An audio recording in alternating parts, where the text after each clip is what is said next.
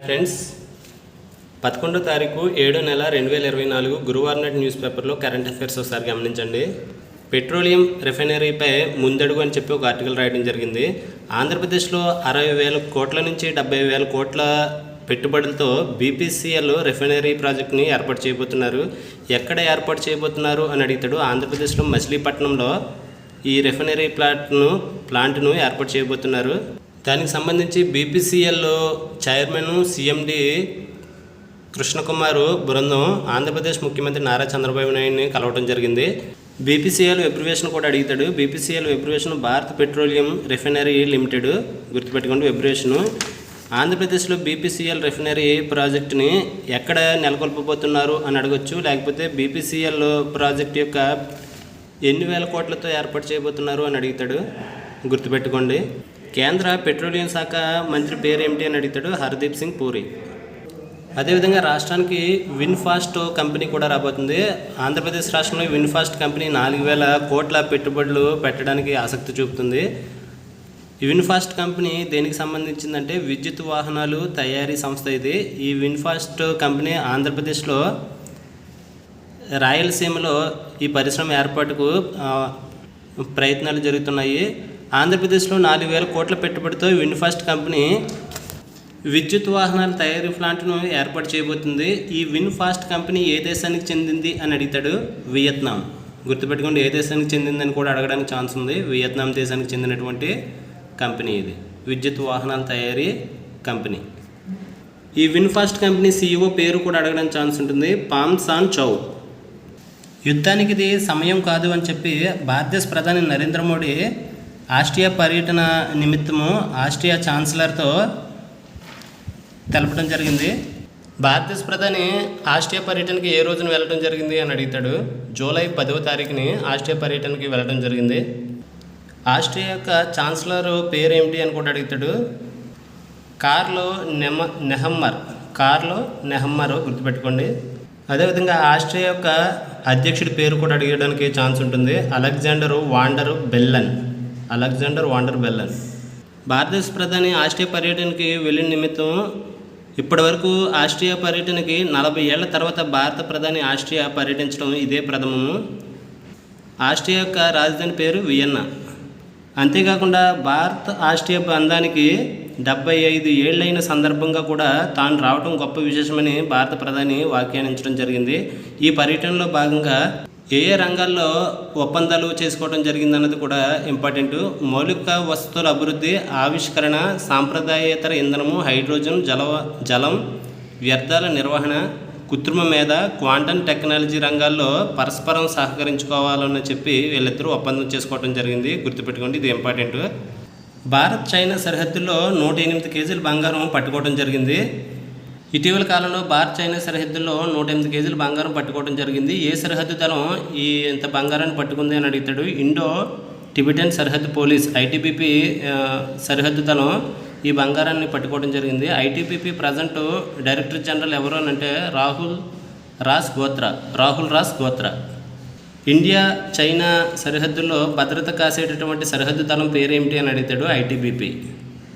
విడాకులు తీసుకున్న ముస్లిం మహిళలు భరణానికి అర్హులే అని చెప్పి సుప్రీంకోర్టు ఒక కీలకమైన తీర్పు ఇవ్వడం జరిగింది. సిఆర్పిసిలోని సెక్షన్ 125 వీరికి వర్తిస్తుందని చెప్పి ఈ తీర్పు సందర్భంగా సుప్రీంకోర్టు తెలపడం జరిగింది.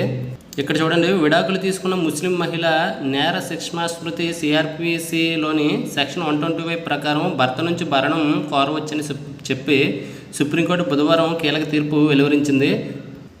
ఇందుకు 1986 నాటి ముస్లిం మహిళల చట్టం అడ్డురాదని చెప్పి స్పష్టం చేయడం కూడా జరిగింది. గుర్తుపెట్టుకోండి, ముస్లిం మహిళల చట్టాన్ని ఏ సంవత్సరంలో చేశారు అని అడుగుతాడు. 1986లోనే.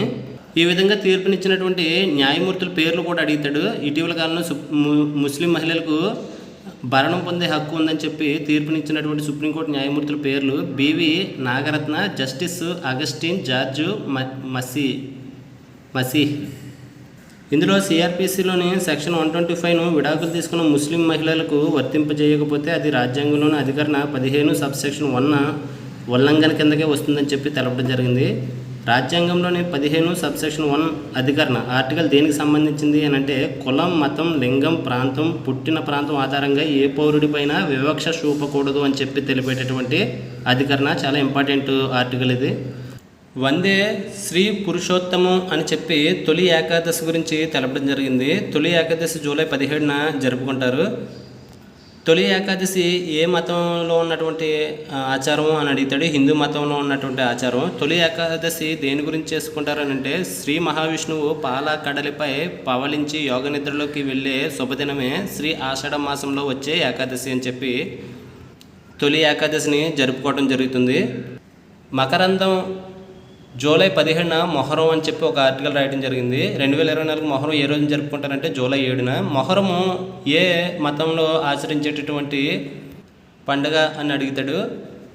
ముస్లిం మతంలో ఆచరించేటటువంటి మొహరం దేని గురించి జరుపుకుంటారు అని కూడా అడుగుతాడు. ఇస్లాం నూతన సంవత్సరానికి నాంది అయినటువంటి మొహరం మాసం అల్లాహ్ నెలగా ప్రసిద్ధి పొందింది. ఇందులో 12 ఇస్లామిక్ నెలల్లో మొట్టమొదటి మొహరం. 12 ఇస్లామిక్ నెలల్లో మొట్టమొదటిది మొహరము. ఖురాన్ పేర్కొన్న 4 పవిత్ర నెలల్లో ఇదొకటి. మొహరం నెలవంక దర్శనంతో కొత్త సంవత్సరం ప్రారంభమవుతుంది. గుర్తుపెట్టుకోండి. వివిధ మతాలకు సంబంధించినటువంటి ఆచారాల గురించి కూడా తెలుసుకోవాలి. క్వశ్చన్స్ అడగడం జరుగుతుంది. సాంస్కృతిక వెలుగులో జనగణన అని చెప్పి జనాభా లెక్కల గురించి ఒక ఆర్టికల్ రాయడం జరిగింది. ఎందుకంటే ఈరోజు ప్రపంచ జనాభా దినోత్సవం. ప్రపంచ జనాభా దినోత్సవాన్ని ఏ రోజు జరుపుకుంటారంటే జూలై 11.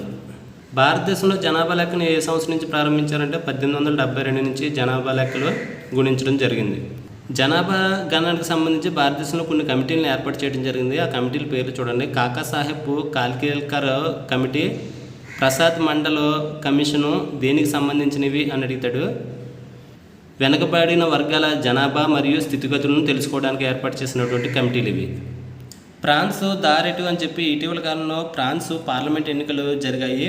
ఫ్రాన్స్ యొక్క పార్లమెంటులో ఎన్ని స్థానాలు ఉన్నాయి అని అంటే 577 సీట్లు ఉన్నాయి. ఇందులో మెజారిటీ సీట్లు రావాలి అంటే ఒక పార్టీ అధికారంలోకి రావాలంటే 289 సీట్లు సాధించవలసి ఉంటుంది. ఇటీవల కాలంలో జరిగినటువంటి ఫ్రాన్స్ పార్లమెంట్ ఎన్నికల్లో ఏ పార్టీకి కూడా సంపూర్ణ మెజారిటీ రాలేదు. వివిధ పార్టీలకి వచ్చినటువంటి సీట్లను ఒకసారి గమనించండి. అడుగుతాడు. న్యూ పాపులర్ ఫ్రంట్కు అత్యధికంగా 182 సీట్లు వచ్చి ప్రథమ స్థానంలో ఉంది. దేశాధ్యక్షుడైనటువంటి ఫ్రాన్స్ ప్రస్తుత దేశాధ్యక్షుడైనటువంటి ఇమ్మాన్యుయల్ మెక్రాన్కు చెందినటువంటి పార్టీకి మధ్యవాద కూటమికి 128 సీట్లు. అదేవిధంగా అతిమితవాద నేషనల్ ర్యాలీకి 143 సీట్లు వచ్చి 3వ స్థానంలో ఉన్నాయి. ఫస్ట్, సెకండ్, థర్డ్ ఉన్నటువంటి ఈ స్థానాలను గుర్తుపెట్టుకోండి. ఆమె అతనయ్యారు అని చెప్పి లింగం మార్పిడి చేయించుకున్నటువంటి IRS అధికారి అని చెప్పి ఒక ఆర్టికల్ రాయడం జరిగింది. అఖిల భారత సర్వీస్ చరిత్రలో మొట్టమొదటిసారిగా ఒక మహిళా అధికారి పురుషునిగా లింగ మార్పిడి చేయించుకుని తన పేరుని మార్చుకున్నారు. ప్రస్తుతం హైదరాబాద్లో customs, excise and services tax appellate tribunal సంయుక్త కమిషనర్గా విధులు నిర్వహిస్తున్న ఎం అనసూయ తన పేరుని ఏ విధంగా మార్చుకున్నారని అడగచ్చు. పేరుని ఎం అను కదిర్ సూర్యగా మార్చుకున్నారు. సంభూ సరిహద్దును వారంలో తెరవండి అని చెప్పి హైకోర్టు తీర్పు ఇవ్వడం జరిగింది. రైతుల ఉద్యమం చండీగఢ్లో ఉన్నటువంటి రైతుల ఉద్యమం సందర్భంగా హర్యానాలోని అంబులాకు సమీపంలో సంభూ సరిహద్దు వద్ద ఏర్పాటు చేసిన అడ్డుకట్టలను వారం రోజుల్లోగా పంజాబ్, హర్యానా హైకోర్టు తొలగించాలని చెప్పి ఆదేశించడం జరిగింది. గుర్తుపెట్టుకోండి. సంభూ సరిహద్దు ఏ రాష్ట్రంలో ఉంది అని అడుగుతాడు. హర్యానా.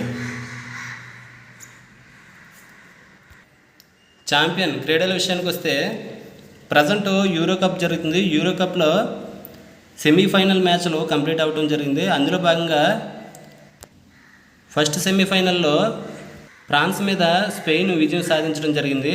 యూరో కప్ ఏ ఖండంలో నిర్వహించేటటువంటి ట్రోఫీ అని అడుగుతాడు. యూరో కప్ ఐరోపా ఖండంలో నిర్వహించేటటువంటి ఫుట్బాల్ ట్రోఫీ. యూరో కప్ ఏ క్రీడలో నిర్వహిస్తారని కూడా అడుగుతాడు. ఫుట్బాల్ క్రీడలో నిర్వహించేటటువంటి ట్రోఫీ. 2024 యూరో కప్ ఏ దేశం ఆతిథ్యం ఇచ్చిందంటే జర్మనీ.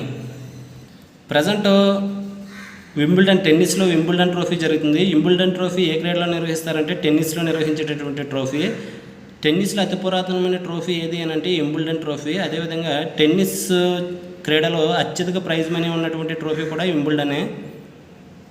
వింబుల్డన్ ట్రోఫీ ఏ కోర్టులో నిర్వహిస్తారంటే గ్రాస్ కోర్టులో నిర్వహిస్తారు. వింబుల్డన్ ట్రోఫీ ఏ నగరంలో నిర్వహిస్తారంటే లండన్లో నిర్వహిస్తారు. పారిస్ ఒలింపిక్స్కు మరో 15 రోజుల్లో అని చెప్పి ఒక ఆర్టికల్ రాయడం జరిగింది. 2024 పారిస్ ఒలింపిక్స్ ఆతిథ్యమిచ్చే దేశం ఫ్రాన్సు. భారతదేశం నుంచి ఎంతమంది క్రీడాకారులు 2024 పారిస్ ఒలింపిక్స్లో పాల్గొంటున్నారు అని అంటే 113 మంది క్రీడాకారులు పాల్గొంటున్నారు. అదేవిధంగా కోపా అమెరికా కప్పు కూడా జరుగుతుంది. కోపా అమెరికా కప్పు ఏ క్రీడలో నిర్వహిస్తారని అంటే ఫుట్బాల్ క్రీడలో నిర్వహించేటటువంటి కోపా అమెరికా కప్పు.